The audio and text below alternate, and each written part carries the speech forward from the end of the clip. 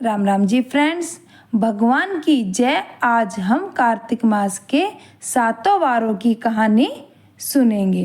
कार्तिक मास में सभी कथा कहानियों के साथ में 7 वार की कहानी जरूर सुननी चाहिए।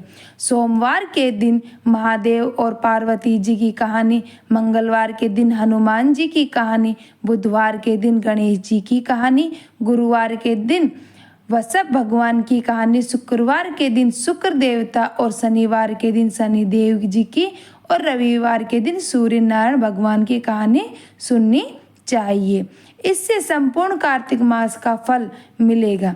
अगर आप कार्तिक मास का स्नान कर रहे हैं तो कार्तिक मास की सभी कथा कहानियों के एक साथ इन कहानियों को जरूर सुने, आपको इसका संपूर्ण फल प्राप्त होगा। आइए अब हम जानते हैं एक एक करके कार्तिक मास के सभी 7 वार की कहानी। सुनते हैं पहली कहानी महादेव और पार्वती जी की। कार्तिक मास के सोमवार की कहानी। एक बार एक गांव में एक बुजुर्ग ब्राह्मण दंपति अपने नौजवान लड़के के साथ रहते थे। ब्राह्मण दंपति भगवान महादेव के परम भक्त थे। उन्हें औलाद सुख की भगवान महादेव के वरदान से ही प्राप्त हुआ था, इसलिए उन्होंने अपने पुत्र का नाम भोला शंकर रखा था। भोला शंकर रोज राजा की बेटी को महादेव जी की सत्य कथाएं और महत्व में सुनाने जाया करता था। तो बदले में राजा ने उसे आटा, दाल, चावल, घी, गुड़, तेल मिलता था। उसी से उनका गुजर बसर चलता था। तब एक बार ब्राह्मण दंपति ने सोचा कि ऐसे हमारे बाद हमारे पुत्र का गुजर बसर कैसे चलेगा, कौन हमारे पुत्र को लड़की देगा, कैसे हम अपने बेटे का विवाह देख पाएंगे और हमारे पुत्र का विवाह होगा तब हम अपने पोते पोतियों का मुंह देख पाएंगे।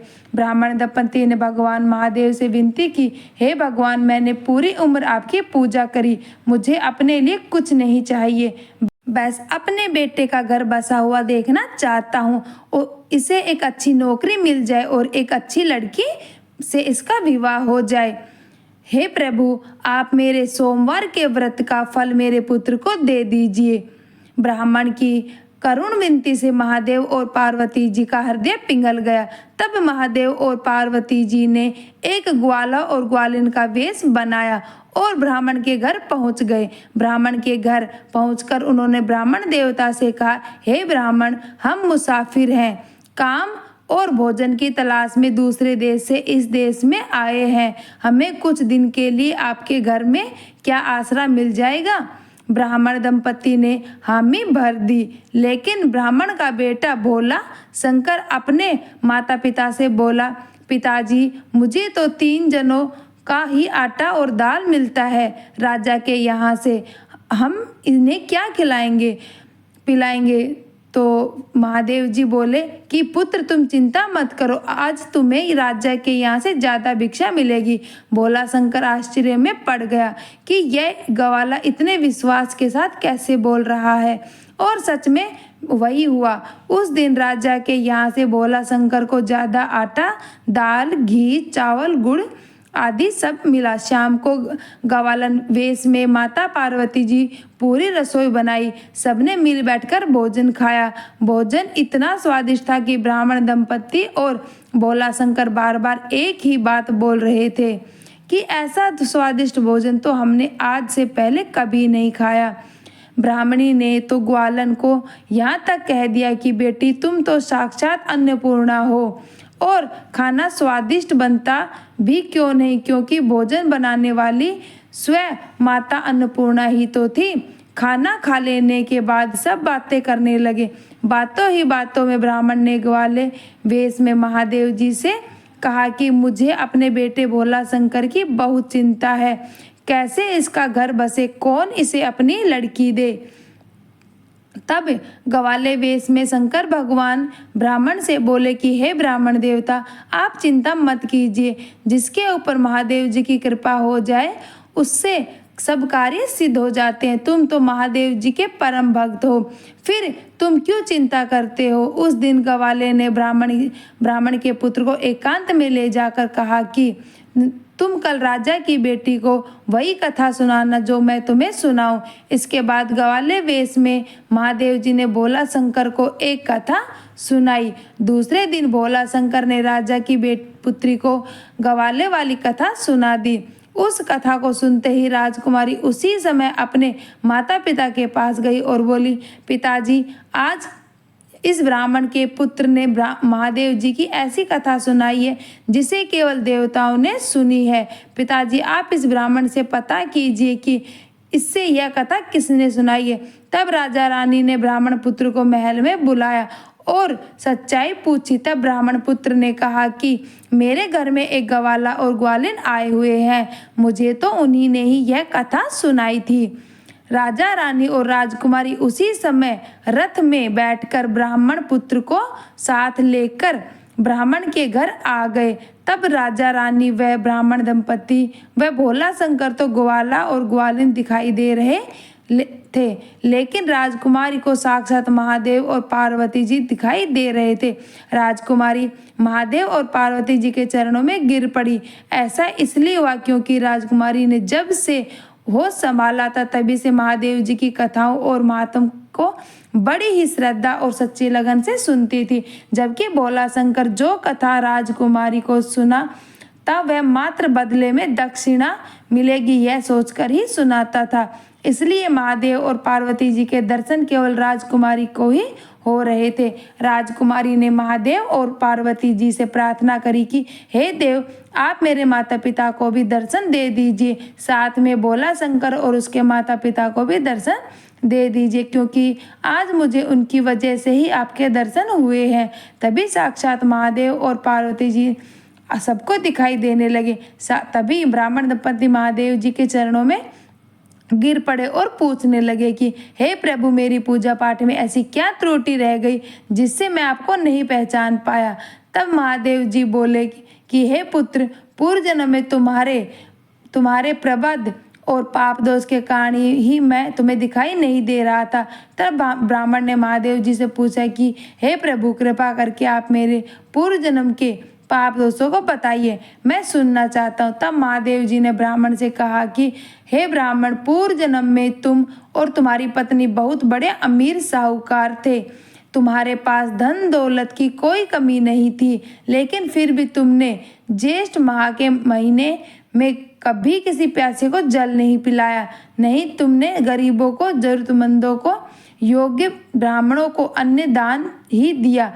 इसलिए तुम्हें इसका दोष लगा। जो ब्राह्मण भगवान विष्णु के प्रिय मांस का सेवन नहीं करता अथवा ज्येष्ठ मास में जल, अन्न, जूता, छाता, खड़ाऊ, छतरी, ऋतु फल, ककड़ी, आम, तरबूज, खरबूजा, शरबत का दान नहीं करता, उन्हें अगले जन्म में दुख उठाना ही पड़ता है। हे ब्राह्मण, तुम दोनों पति पत्नी पूर्व जन्म में भी मेरी खूब सेवा करते थे, सभी तरह के व्रत उपवास करते थे, इसलिए इस जन्म में तुम दोनों ने मुझ में भक्ति और प्रीति रही। यही कारण है कि आज मैं तुम्हें कष्टों को दूर करने के लिए तुम्हारे घर पर आया हूँ। पूर्व जन्म के दोष को सुनने के बाद ब्राह्मण दंपति ने भगवान से इसका उपाय पूछा, तो भगवान ने कहा कि हे ब्राह्मण, तुम मेरे साथ विष्णु भगवान का पूजन किया करो, हर एकादशी का उपवास किया करो, माघ मास का स्नान किया करो, तुम सारे दरिद्रता दूर हो जाएगी। और तुम्हारी राजकुमारी ने महादेव भगवान से अनुरोध किया कि हे प्रभु, जो कथा आपने भोला शंकर को सुनाई थी वही कथा अब मैं आपके मुखारबिंद से सुनना चाहती हूँ, कृपा करके आप मुझे वही कथा सुनाइए। वह कथा इस प्रकार थी, जो कथा भगवान महादेव ने एक दिन पहले भोला शंकर को सुनाई थी और भोला शंकर ने वही कथा राजकुमारी को भी सुनाई थी। वह कथा इस तरह है, आइए हम भी इस कथा को सुनते हैं। एक बार देव के देव महादेव पार्वती जी ने पूछा कि हे प्रभु, प्रेम क्या होता है, इसका क्या रहस्य है, क्या भविष्य है, हे देवता कृपा करके मुझे इस बारे में बताइए। तब महादेव जी पार्वती जी से बोले कि हे पार्वती, तुम पूछ रही हो कि प्रेम क्या है, सच तो यही है कि प्रेम को तुम्ही ने ही मेरे अंदर जगाया है, तुमने ही प्रेम की मुझे अनुभूतियाँ दी है। हे पार्वती, तुम्हारे पसंद से ही उत्तर छिपा है। सती के रूप में जब तू प्राण त्याग कर चली गई थी, तब मेरा जीवन, मेरा संसार, मेरा दायित्व सब निरर्थक और निराधार हो गया था। मेरे नेत्रों से अविचल धारा बह रही थी, उसमें पूरा ब्रह्मांड डूबने लगा। तब महादेव बोले कि अपने से दूर करके तुमने मुझे भी दूर कर दिया था। हे पार्वती, यही प्रेम है। तुम्हारे बिना मेरे अंदर अधूरेपन से इस सृष्टि का अपूर्ण होना ही यही प्रेम है। तुम्हारे मेरे साथ पुनः मिलन कराने के लिए पूरे ब्रह्मांड और देवताओं का प्रयास करना यही प्रेम है। हे पार्वती, जब तुम अन्नपूर्णा के रूप में मेरी सुधा शांत करती हो, यही प्रेम है। जब तुम कामाख्या रूप में मेरी कामना करती हो, यही प्रेम है। जब तुम्हारे सौम्य, सहज और गौरी रूप में तुम पर मैं अपना अधिकार जमाता हूँ, यही प्रेम है। और तुम मुझे मान्यता देते हो और तुम मुझे विश्वास दिलाती हो कि मेरे सिवाय मेरे इस संसार में तुम्हें कोई स्वीकार नहीं, यही प्रेम है। जब तुम मुझे मेरे साथ चौसर में पराजित करती हो और विजय होकर मेरी ही होती हो, जब मैं तुम्हारे मुख पर प्रसन्नता देखता हूँ, तब अपार खुशी मिलती है। तो मैं उस खुशी को देखकर मुझे जो खुशी मिलती है, यही प्रेम है। जब दुर्गा रूप में मैं अपने संरक्षण में मुझे सशक्त बनाया, वही अनुभूति प्रेम है। जब काली रूप में नृत्य करके मेरे शरीर पर तुमने पांव रखा, तो तुम्हें अपनी गलती का आभास हुआ, जिससे तुम्हारी जीव्या बाहर निकल गई थी, वही प्रेम है। सौंदर्य रूप में ललिता बनकर, मंगला रूप में चंडिका बनकर जब तुम दर्शन देती हो, वही प्रेम है। तुम बार बार अनेक शक्तिशाली देवियों के रूप में मुझे और विश्व को दर्शन देती हो। तुम मेरे लिए एक दर्पण के समान हो, जिसमें झांक कर मैं खुद को पहचान पाता हूँ। तुम बार बार स्वयं को मेरे प्रतिपादित करती हो, मुझे आभास कराती हो कि मैं ही तुम्हारे योग्य हूँ। हे पार्वती, यही प्रेम है। यह वही अनसुनी कथा है जिसे केवल देवताओं के अलावा और किसी ने नहीं सुनी। भगवान महादेव जी कथा सुनकर अंतर्ध्यान हो गए। तब राजकुमारी ने भोला शंकर से विवाह कर लिया। राजा ने खूब सारा धन देकर अपने राजकुमारी को विदा कर दिया और भोला शंकर को अपना सलाहकार मंत्री बना लिया। जय हो भोलेनाथ की, जय हो माता पार्वती जी की। मंगलवार की कथा। एक बार एक गांव में एक बुढ़िया माई अपने बेटे के साथ रहती थी। बुढ़िया माई हनुमान जी की परम भक्त थी। वह रोज एक मोटी रोटी और चूरमे का लड्डू बनाकर जाती और हनुमान जी के भोग लगाती और कहती, लाल लंगोटा हाथ में लो बालाजी खाओ, रोटा मैं देऊं तुम्हें जवानी में, तुम देना मुझे बुढ़ापे में। इस तरह समय बीतने लगा। देखते ही देखते बेटा बड़ा हो गया और नौकरी करने लगा। तब एक दिन बुढ़िया ने अपने बेटे की शादी कर दी। नई बहू घर में आई। बेटे के विवाह के बाद भी बुढ़िया माई एक मोटी रोटी और चूरमे का लड्डू हनुमान जी के मंदिर में ले जाकर जाती रही। कुछ दिनों तक तो बहू ने कुछ नहीं कहा और साल भर बाद बहू से रहा नहीं गया। बहू ने अपनी सास से पूछा कि सासू माँ, ये रोज रोज मोटी रोटी और चूरमे का लड्डू कहाँ लेकर जाते हो? सास ने कहा, बहू हनुमान जी के मंदिर में लेकर जाती हूँ। मैं रोज हनुमान जी के मंदिर में भोग लगाने के बाद ही वहीं भोजन खाती हूँ। बहू ने सासू माँ से कहा कि सासू माँ, अब इस घर में इस तरह के बेकार के खर्चे नहीं होने दूंगी।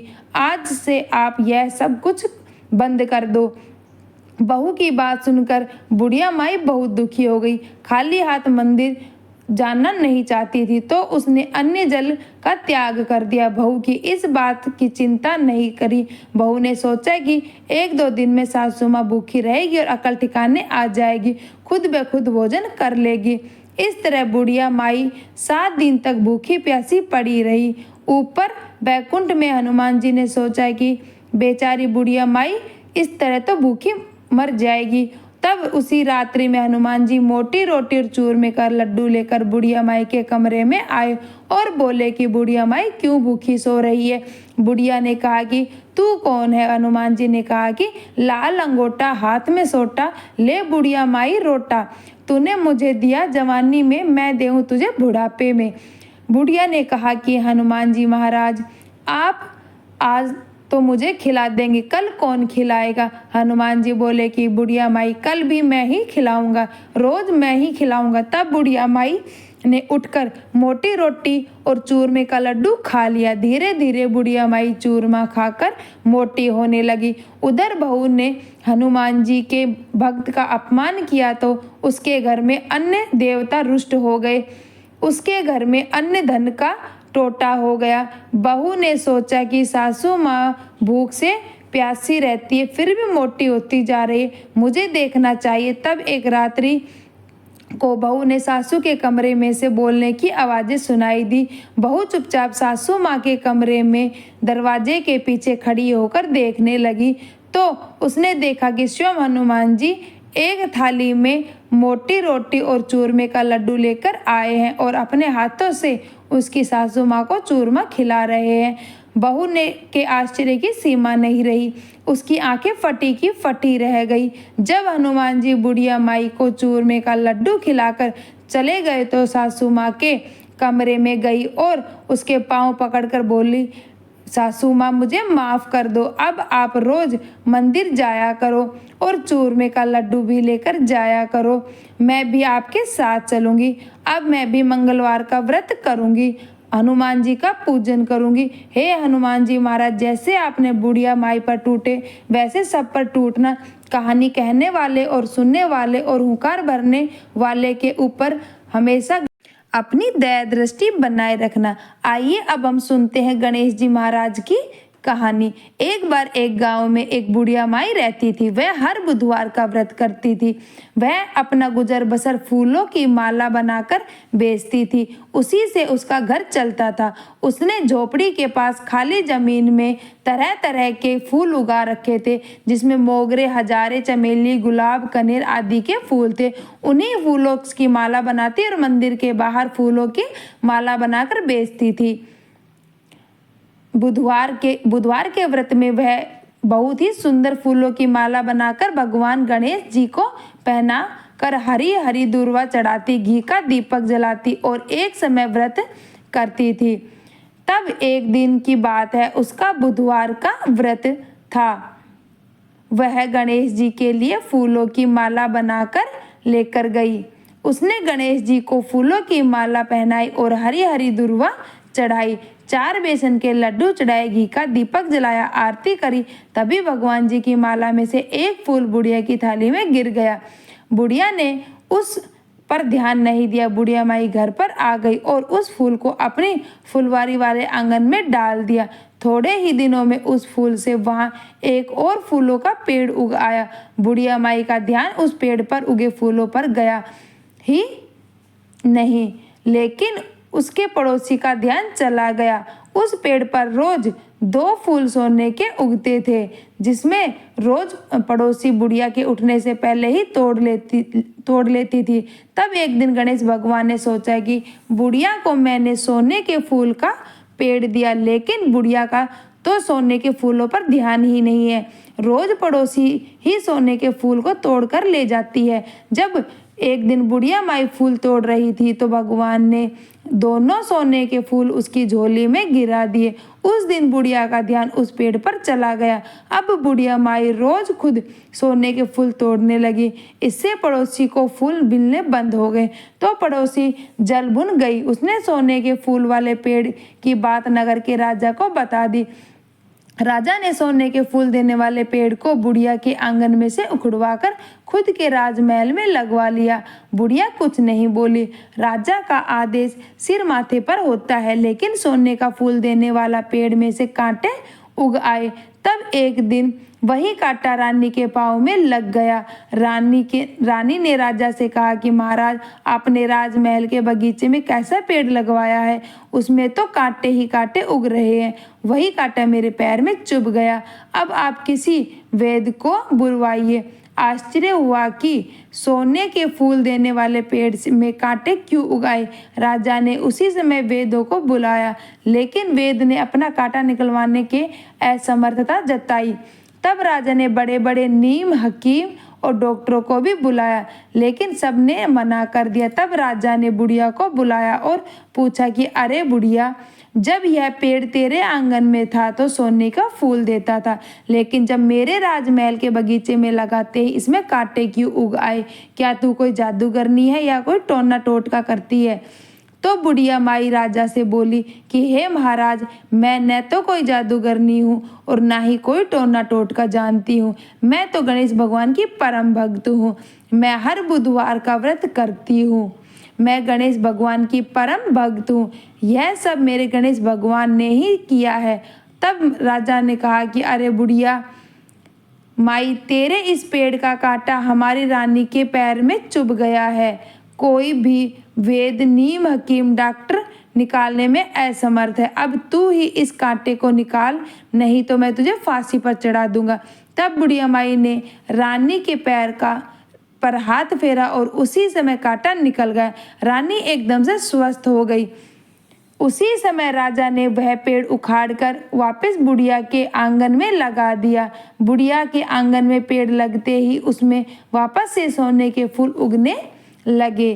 राजा ने स्वयं भी यह चमत्कार देखा। उसी रात्रि को गणेश भगवान ने राजा को स्वप्न दर्शन देकर कहा कि हे राजा, बुढ़िया के आंगन में जो सोना का फूल देने वाला पेड़ है वो मैंने ही बुढ़िया को दिया है, मेरी परम भक्त है। तब राजा ने बुढ़िया को खूब मान सम्मान दिया और साथ में खूब सारा धन भी दिया और बुढ़िया के पड़ोसी को दंड भी दिया।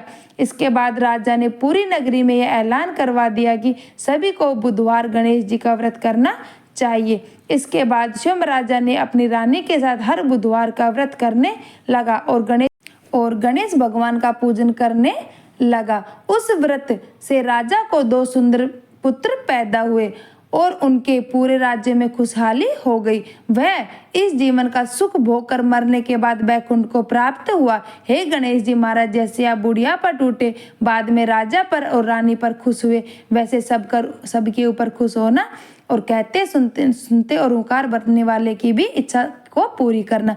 अब हम गुरुवार की कहानी सुनते हैं।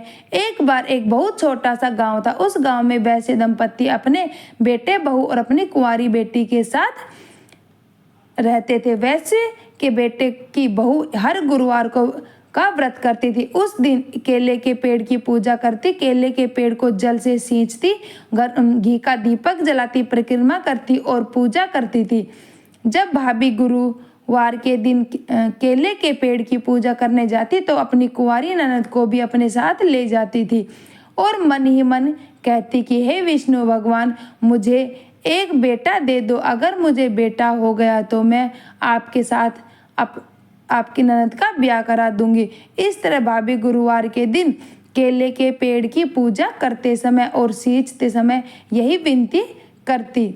तब विष्णु भगवान ने सोचा कि आज मैं इसकी सुन लेता हूँ, फिर मैं देखता हूँ कि यह अपनी ननद का ब्याह मेरे साथ कैसे और किस तरह से करवाती है। इस तरह समय बीतने लगा। 3 महीने के बाद ही भाभी को गर्भ ठहर गया और 9वें महीने में भाभी को एक सुंदर पुत्र पैदा हो गया। पुत्र पैदा होने के बाद भाभी तो अपना वचन भूल गई, लेकिन भगवान विष्णु नहीं भूले। जब सूरज पूजन और कुआं पूजन हो गया और बेटा 1.25 महीने का हो गया तो भाभी पहली बार अपने मायके में मुंह उठने जा रही थी। तो वह उसी रास्ते से जा रही थी जहाँ से वह केले का पेड़ था।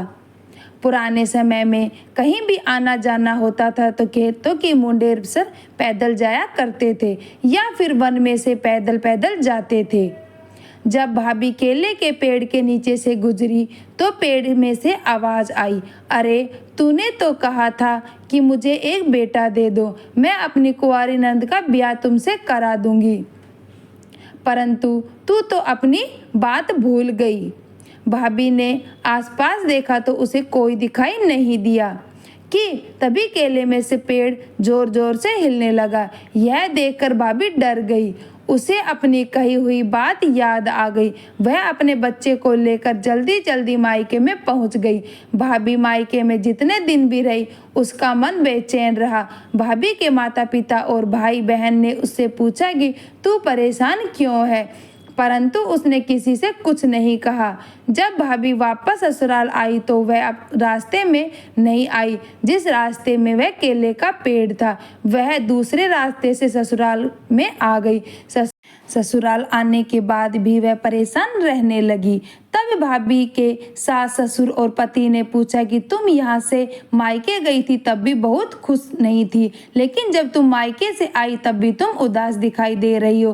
क्या मायके में किसी से कुछ उल्टा सीधा तो नहीं कह दिया? तब भाभी ने हंसते हुए कहा कि किसी ने कुछ नहीं कहा, मुझे कुछ दिनों से कमजोरी महसूस हो रही है। तब सास, ससुर और पति ने कहा कि हम कुछ दिनों के लिए काम वाली लगा लेते हैं, तुम कुछ महीने आराम का ले लो। तब घर में काम काज, बर्तन, झाड़ू, पोछा और रोटी के लिए एक काम वाली आने लगी। फिर भी भाभी दिन ब दिन सूखने लगी। उसकी भूख, प्यास, नींद सब गायब हो गई। परिवार में सबने भाभी से पूछा, लेकिन उसने किसी को कुछ नहीं बताया। परिवार वालों ने उसे डॉक्टर, नीम, हकीम, वैद्य, डॉक्टर सबको दिखाया, लेकिन सबने कहा कि यह स्वस्थ है, इसे कोई बीमारी नहीं है। तब एक दिन की बात है, गुरुवार का दिन था, के दरवाजे पर एक बहुत सुंदर नवयुवक आया। उसने वैसे दंपति को प्रणाम किया और कहा कि मैं आपके बहू का मुंह बोला भाई हूँ। तब भाभी को बुलाया गया और पूछा गया कि तुम्हारा कोई मुंह बोला भाई है क्या? भाभी दरवाजे पर देखने आई और उसने पूछा कि आप कौन है, मेरा तो कोई मुंह बोला भाई नहीं है। तब उस नवयुवक ने धीरे से कहा कि भाभी, मैं तो वही केले का पेड़ हूँ। मैं आपको याद दिलाने आया हूँ कि आप अपनी ननद से मेरी शादी कब करवाओगी। तब यह सुनकर भाभी थर थर कांपने लगी। तभी नवयुवक साहूकार दंपति के पास भीतर जाकर बैठ गया। उसने कहा कि माँ जी, मैं बाहर गांव कमाने गया हुआ था। अब यह मेरी छोटी बहन थी। मैं कुछ दिन पहले ही गांव आया हूँ। मैं अपनी मुंह बोली बहन से मिलने चला आया। साहूकार दंपति बोले कि अरे साडू भाई, अगर आ ही गए हो तो कुछ दिन हमारे साथ ही रहो। इस तरह वह नवयुवक वहीं रहने लगा। परिवार के लोगों को उसका व्यवहार बहुत अच्छा लगा। कुछ दिनों में सब कुछ सबको वह पसंद आने लगा। तब साहूकार दंपति ने अपनी बहू के मुंह बोले भाई को अपनी लड़की के लिए पसंद कर लिया। बहू को जब यह पता लगा तो उसे बहुत खुशी हुई। अब उसकी परेशानी खत्म हो चुकी थी। वह खूब बढ़ चढ़कर अपने ननद के विवाह की तैयारी करने लगी। फिर एक दिन धूमधाम से विवाह भी हो गया। मुंह बोला भाई अपनी पत्नी को लेकर खुशी खुशी चला गया। तब पहला त्योहार राखी आया। तब साहूकार दंपति ने अपने बेटा बहू से कहा कि पहला त्योहार आया है, तुम दोनों राखी बंधवाने अपनी बहन के यहाँ चले जाओ। बेटे ने हामी भर दी, लेकिन बहू के पाँव के नीचे से जमीन सरक गई और ऊपर से आसमान हट गया। वह सोच में पड़ गई कि अब मैं अपने पति को कहाँ लेकर जाऊंगी। जब मैं सबको क्या बताऊंगी कि उस केले के पेड़ के पास गई और बोली, हे ईश्वर, मेरी ननद से आपका विवाह हो गया है। अब मेरे पति और सास ससुर कह रहे हैं कि राखी पर राखी बंधवाने के लिए बहन के ससुराल जाना है। अब हे ईश्वर, मैं अपनी पति को कहाँ लेकर जाऊं। तभी वहां आकाशवाणी हुई। केले के पेड़ से ने कहा कि तुम अपने पति को लेकर यहीं इसी पेड़ के नीचे आ जाना और सवा पहर से ज्यादा देर मत रुकना। आकाशवाणी सुनकर भाभी खुश हो गई और केले के पेड़ को प्रणाम करके खुशी खुशी घर आ गई। तब रक्षाबंधन के दिन भाभी अपने बच्चे और पति को लेकर उस केले के पेड़ के पास पहुंची तो उस केले के पेड़ की जगह बहुत सुंदर महल नुमा मकान बना हुआ था। नौकर चाकर, हाथी, घोड़े, ऊंट, दास दासियां सब कुछ था। भाभी भी देखकर बहुत आश्चर्यचकित रह गई। सुंदर नवयुवक और ननद ठाट बाट की जिंदगी जी रहे थे। भाभी को देखते ही ननद गले से लग गई और भाभी से बोली कि भाभी, आपकी वजह से मुझे यह घर वर मिला है। मुझे आपके गुरुवार और केले के पेड़ को सींचने का फल मिला है। बहन ने अपने भाई व भाभी को भतीजे से राखी बांधी तो भाभी ने अपने मुंह बोले भाई की राखी बांधी। सवा पहर का समय देखते ही देखते बीत गया।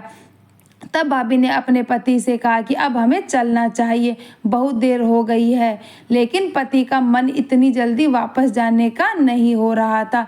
तो भाभी बोली कि हमारा बच्चा रो रहा है, हमें वापस चलना चाहिए। तब भाभी अपने बच्चे को, पति को लेकर वहाँ से विदा हो गई। थोड़ी दूर आगे जाने के बाद भाभी से उसका पति बोला कि मेरी छतरी तो तुम्हारे भाई के घर ही रह गई है, चलो हम छतरी लेकर आते हैं। भाभी ने अपने पति को बहुत मना किया कि कोई बात नहीं, छतरी आपकी बहन के घर में है, हम दूसरी छतरी खरीद लेंगे। लेकिन पति नहीं माना। तब वे वापस उसी स्थान पर पहुँचे, लेकिन पहले जहाँ महल नुमा मकान खड़ा था वहाँ उजाड़ वन था। मात्र एक केले का पेड़ था जिसके ऊपर छतरी लटक रही थी।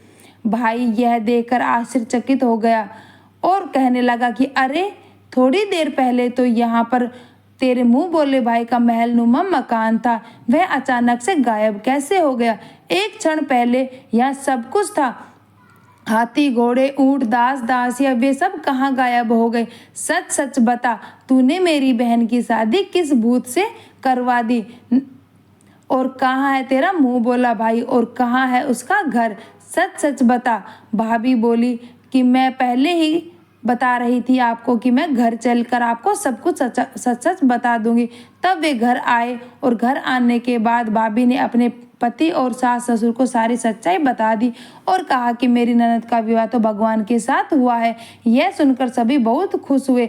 भाभी को गुरुवार के व्रत का फल मिला और साथ ही उसकी ननद को भी फल मिला। हे विष्णु भगवान, जैसा फल आपने भाभी और ननद को दिया वैसा फल सबको देना। कहते सुनते रूंकार बटने वाले को भी देना। अब सुन लेते हैं शुक्रवार की कहानी। एक बार एक गांव में एक गुजरी थी। उसके एक बेटा बहू थे। गुजरी रोज शुक्र देवता की पूजा पाठ किया करती थी। रोज सुबह जल्दी उठकर स्नान करती और उसके बाद शुक्र भगवान को स्नान करवाती, तिलक करती, भोग बनाकर भोग चढ़ाती। उसके बाद ही वह गृह गृहस्थी का काम करती थी। गुजरी के कई गाय भैंसे थी। रोज दूध निकालती, बेचने की जाती। यही उसकी आजीविका का साधन था। शुक्र भगवान की कृपा से गुजरी के किसी चीज की कोई कमी नहीं थी। एक बार की बात है, जब कार्तिक का महीना आया तो गांव के लोग कार्तिक स्नान करने के लिए 1 महीने के लिए हरिद्वार जा रहे थे। तब गुजरी का भी मन हुआ कि वह भी कार्तिक स्नान करने के लिए हरिद्वार गांव के लोगों के साथ जाऊं। पर गुजरी ने अपनी बहू को घर का सारा काम समझा दिया, या कि तुम रोज सुबह जल्दी उठकर नहा धोकर शुक्र देवता भगवान को स्नान करवाना, पूजा करना, तिलक करना, भोग लगाना।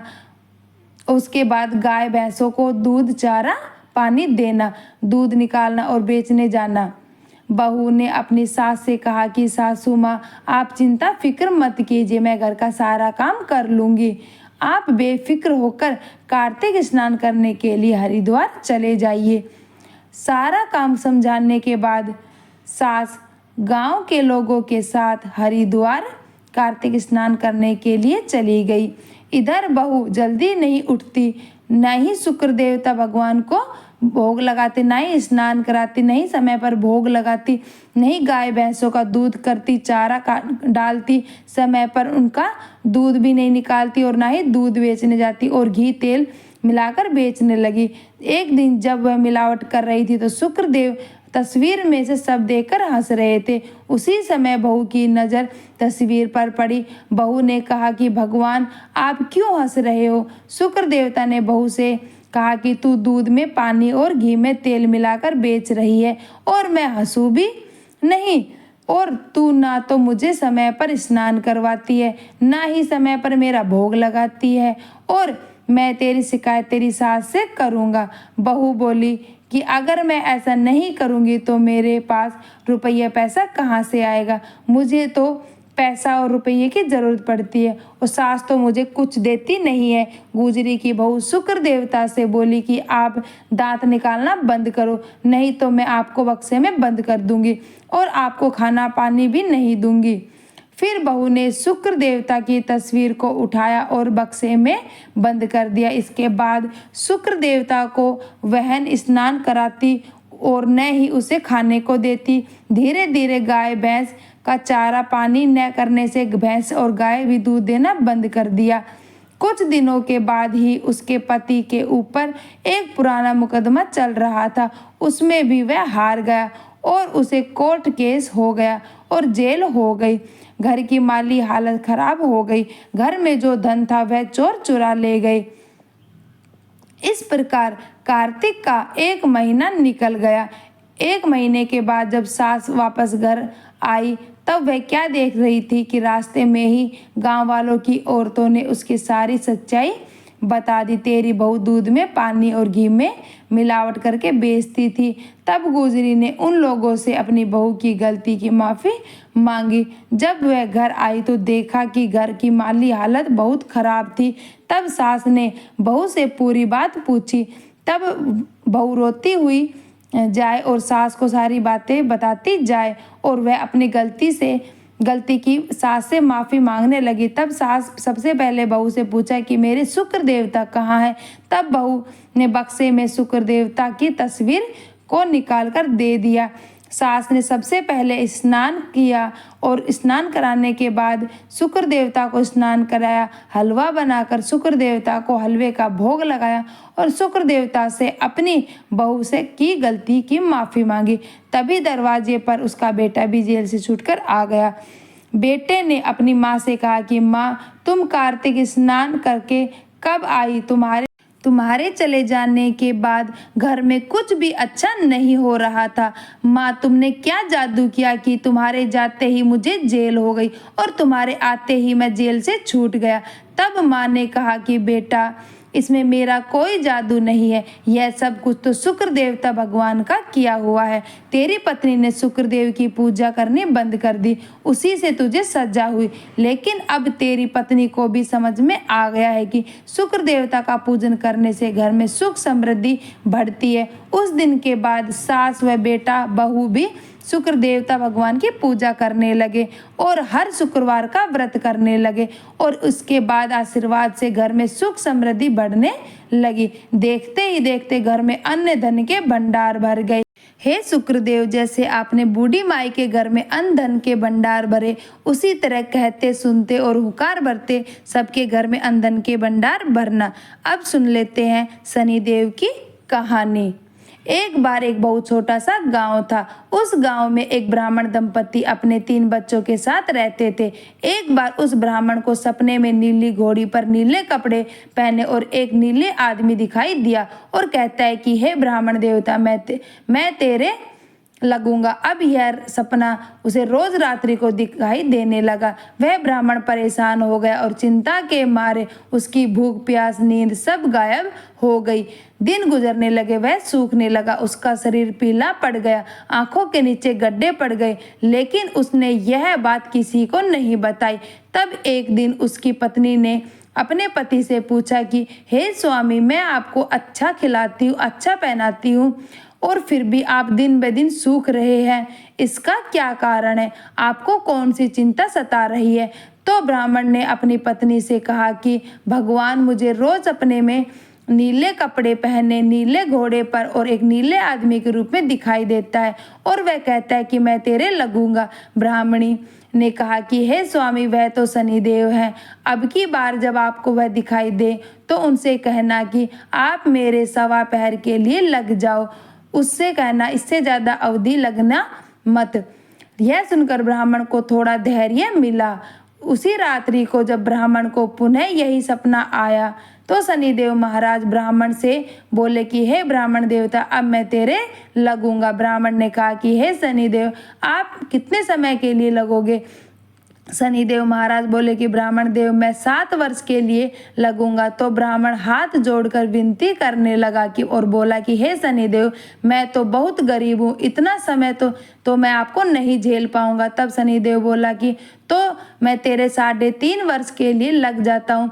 फिर ब्राह्मण बोला कि हे शनिदेव महाराज, मैं तो आपके चरण पकड़ लेता हूँ, कृपा करके अवधि और कम कर दीजिए। तब शनिदेव बोले कि अब तो मैं तेरे 2.5 साल के लिए लगूंगा। ब्राह्मण फिर से हाथ जोड़कर ने लगा और विनय करने लगा कि तब शनिदेव ने कहा कि ब्राह्मण देव से बोला कि हे ब्राह्मण, तो 1.25 पहर लगूंगा, क्योंकि इतना तो मैं कोड़ी कलंगी मंगता भिखारी के भी लगता हूँ। तब ब्राह्मण ने कहा कि ठीक है। इसके बाद शनिदेव ब्राह्मण को 1.25 पहर के लिए लग गए। उसी समय ब्राह्मण की नींद खुल गई। देखा तो सुबह के 4 बज रहे थे। ब्राह्मण ने अपनी पत्नी से कहा कि भगवान शनिदेव मेरे 1.25 पहर के लिए लग गए हैं, इसलिए मैं वन में जाकर तपस्या करने के समय बिताऊंगा, और मेरे लिए भोजन पानी बांध दे, और मैं पीछे से तू किसी से लड़ाई झगड़ा मत करना, घर में ही बैठे रहना, बच्चों को भी बाहर मत जाने देना, और 1.25 पहर के बाद शनि वाले समय में कोई गाली भी दे तो चुपचाप सुन लेना। ऐसा समझाकर ब्राह्मण जंगल में चला गया। जंगल में ब्राह्मण एक पीपल के पेड़ के नीचे चबूतरे पर बैठ गया और हनुमान चालीसा का पाठ पढ़ने लगा। 1 पहर तो बीत गया, तो ब्राह्मण ने सोचा कि बाकी का समय तो मैं रास्ते में ही घर जाने में ही बिता दूंगा। ऐसा सोचकर वह घर से निकला। रास्ते में उसे एक खेत दिखाई दिया जिसमें बहुत सारे मतीरे उग रहे थे। ब्राह्मण ने माली से 2 मतीरे खरीदे और उसे अपनी झोली में डाल लिया और आगे चलने लगा। तब शनिदेव ब्राह्मण एक बूढ़े साधु का वेश बनाकर ब्राह्मण के पास आए और पूछने लगे कि ब्राह्मण देव, तेरी झोली में क्या है? तब ब्राह्मण ने साधु महाराज से कहा कि हे साधु महाराज, मेरी झोली में तो मतीरे हैं। साधु ने कहा कि तू अपनी झोली खोल के दिखा। ब्राह्मण ने जैसे ही झोली खोली तो वह क्या देखता है कि उसमें से तो उस नगर के राजा के दोनों राजकुमारों की मुंडी निकली, मतीरे नहीं निकले। तब वह साधु महाराज उस ब्राह्मण को लेकर नगर के राजा के पास चला गया और बोले कि महाराज, आपके दोनों बेटों की इस ब्राह्मण ने हत्या कर दी। इसकी झोली में आपके दोनों पुत्रों की मुंडियां हैं, आप इसकी झोली खोल कर देख लो। राजा ने कहा कि मुझे मत दिखाओ, मैं अपने पुत्रों की कटी गर्दन देख नहीं पाऊंगा। राजा ने उसी समय आज्ञा दे दी कि इस ब्राह्मण को सूली पर चढ़ा दो। महल में हाहाकार मच गया।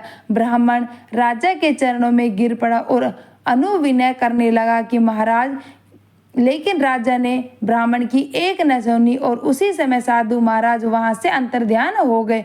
जब ब्राह्मण को सूली पर चढ़ाया जा रहा था तो ब्राह्मण ने अपनी अंतिम इच्छा पूछी गई। ब्राह्मण सोचने लगा कि यदि किसी तरह से यह शनि का समय गुजर जाए तो मेरी फांसी रुक सकती है। यह सोचकर उसने कहा कि अरे भाई, मैं बचपन से ही बालाजी महाराज का भक्त रहा हूँ, आप लोग मुझे 108 बार हनुमान चालीसा का पाठ सुना दीजिए। तब एक ज्ञानी पंडित को बुलवाया गया और ब्राह्मण को 108 बार हनुमान चालीसा सुनवाई गई। उसी बीच में 1.25 पहर का समय बीत गया। शनि की दशा टल गई।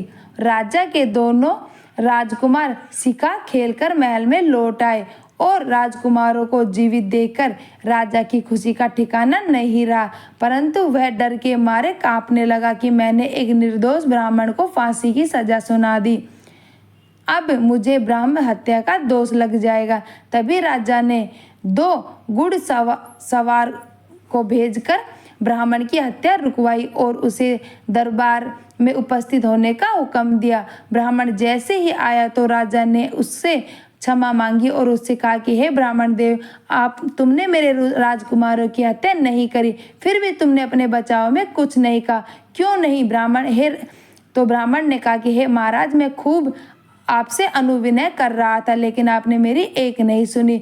राजा ने कहा कि तुम अपनी झोली खोल के दिखाओ, तो इस झोली में क्या है? ब्राह्मण ने झोली खोल कर दिखाई तो उसमें मतीरे निकले। राजा ने कहा यह सब क्या है?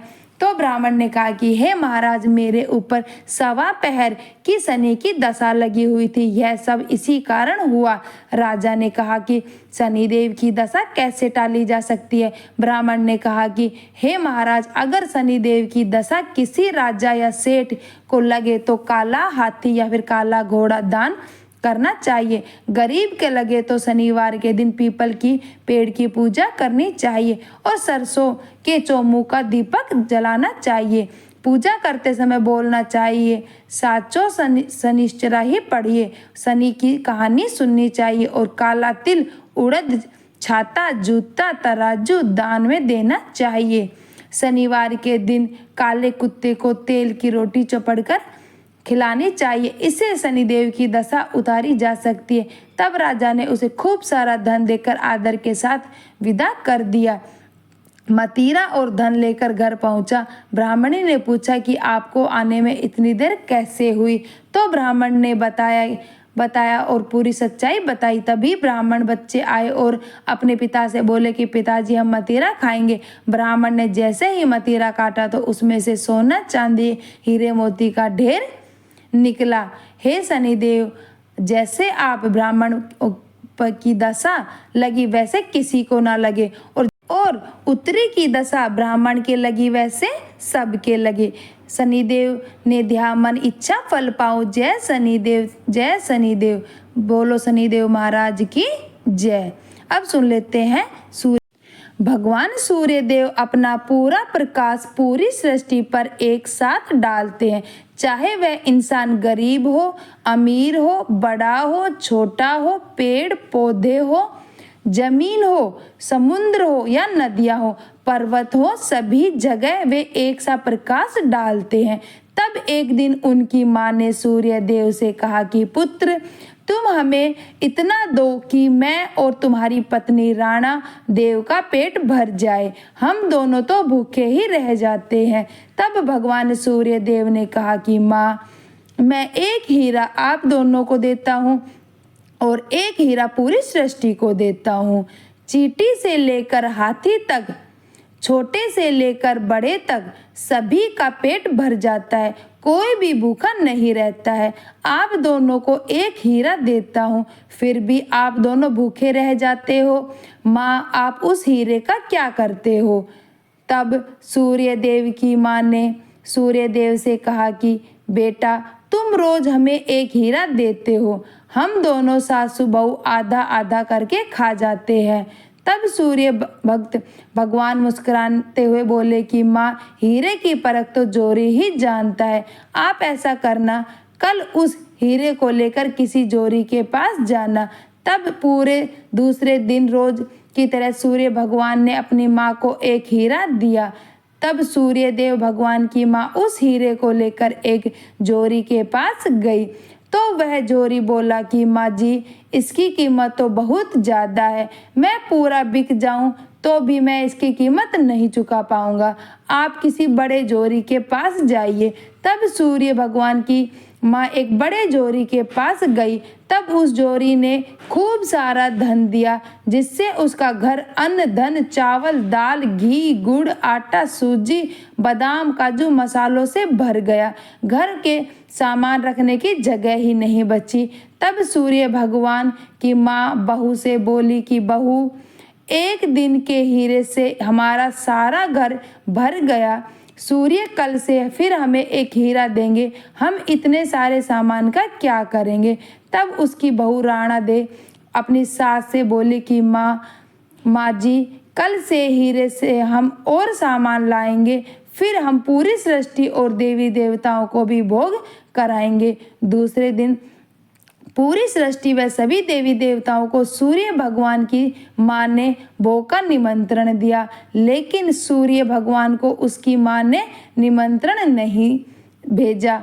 सूर्य भगवान की माँ ने तरह तरह के व्यंजन बनाए, इमरती, जलेबी, बालूशाही, रसगुल्ले, रसमलाई, पूड़ी, सब्जी, तरह तरह की न जाने क्या क्या। तब सभी देवी देवताओं ने सूर्य भगवान से कहा कि चलो भोग में जीवने चलते हैं, तुम्हारी माँ ने हमें निमंत्रण भेजा है। तब सूर्य भगवान ने कहा कि माँ ने मुझे निमंत्रण नहीं दिया, बिना बुलाए कैसे जाऊं। तब देवी देवताओं ने कहा कि वह आपका घर है, इसमें निमंत्रण की क्या जरूरत है। लेकिन सूर्य भगवान नहीं माने। शाम तक पूरी सृष्टि जीव के चली गई। तब रात्रि के 11 बज गए। बाद में जब सभी खाना खाकर जा चुके थे तो उनकी माँ ने खाना खाने के कोठार में ताला लगा दिया। तभी सूर्य भगवान उधर सोचने लगे कि घर कैसे जाऊं, माँ ने तो मुझे भोजन का निमंत्रण भी नहीं भेजा, परंतु भूख भी बहुत तेज लग रही है। तब सूर्य भगवान एक साधु का वेश बनाकर अपने घर पहुंचे और आवाज लगाते हुए बोले कि अलख निरंजन, अरे माई बहुत भूख लगी है, खाने को मिलेगा। तब सूर्य भगवान की माँ बोली कि अरे बाबा, इतनी देर तक आप कहाँ थे? पूरी सृष्टि खाना खाकर जा चुकी है और आप अब आए हो। अब मैंने कोठार में ताला लगा दिया, आप कहीं और से भोजन करने चले जाइए। इतने में ही आवाज सुनकर राणा देव वहां आई और पूछने लगी कि माँ जी कौन आया है? तो सास बोली कि देख बहू, यह साधु आया है। जब खाना खाकर चले गए तब यह आया है। अब मैंने इसे कह दिया है कहीं और से जाकर भोजन करे। तो राणा देव अपनी सास से बोली, माँ जी कोई बात नहीं, हमारे घर कोई साधु भूखा चला गया तो हमारा भोग कराना ही व्यर्थ हो जाएगा। माँ जी आप कोठार की चाबी मुझे दे दीजिए, मैं भोजन परोस दूंगी। तब सास ने ताला खोला, बहू ने आसन बिछाया। तब साधु फिर से बोला कि मैं इस आसन पर बैठकर भोजन नहीं करूंगा, मैं तो उस आसन पर बैठूंगा जिस आसन पर इस बुढ़िया का बेटा बैठकर भोजन खाता है। यह सुनकर सूर्य भगवान की माँ को फिर क्रोध आ गया। वह बोली, अरे साधु, भोजन खाना है तो खा, नहीं तो चला जा यहाँ से। लेकिन राणा दे फिर से बोली कि कोई बात नहीं माँ जी, इसे उसी आसन पर बैठ जाने दीजिए, मैं बाद में आसन को धो दूंगी। उसके बाद खाने की थाली, गिलास, कटोरी लगाई गई। साधु ने फिर से बोला, मैं उन्हीं बर्तनों में भोजन करूंगा जिन बर्तनों में इस बुढ़िया का बेटा भोजन खाता है।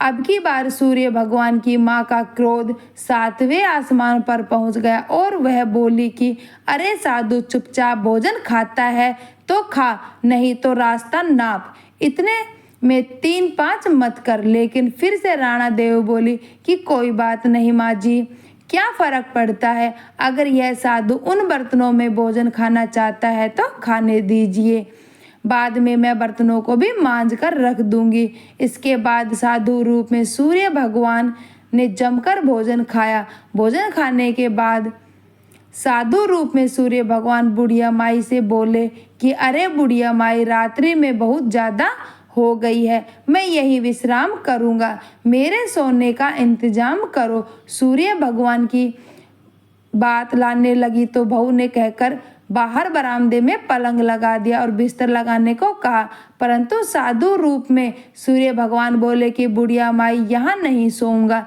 मैं तो वहीं सोऊंगा जहाँ तेरा बेटा सोता है। तब राणा दे ने उन्हें अपने पति की सेज पर सुला दिया। इसके बाद सूर्य भगवान की माँ, जो दिन भर थकी हुई थी, उसे भी नींद आने लगी, वह भी सोने चली गई।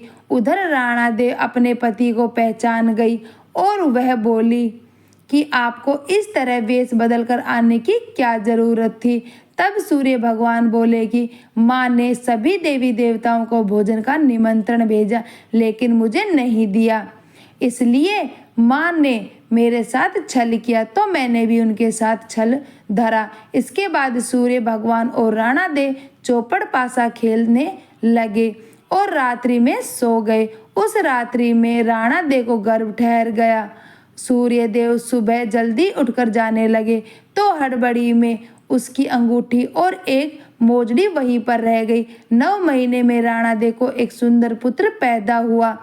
तब उसकी सास अपनी बहू को ताने देने लगी कि यह किसका बेटा है, मेरे बेटे को तो घर आए कई महीने हो गए। फिर राणा दे अपने पति का अंगूठी और मोजड़ी दिखाई और भोग वाले दिन की साधु रूप की आए पुरुष के बारे में बताने लगी कि अर्धरात्रि में हमारे घर में भोग के समय साधु रूप में जो पुरुष आया था वह कोई और नहीं, आपके पुत्र ही थे।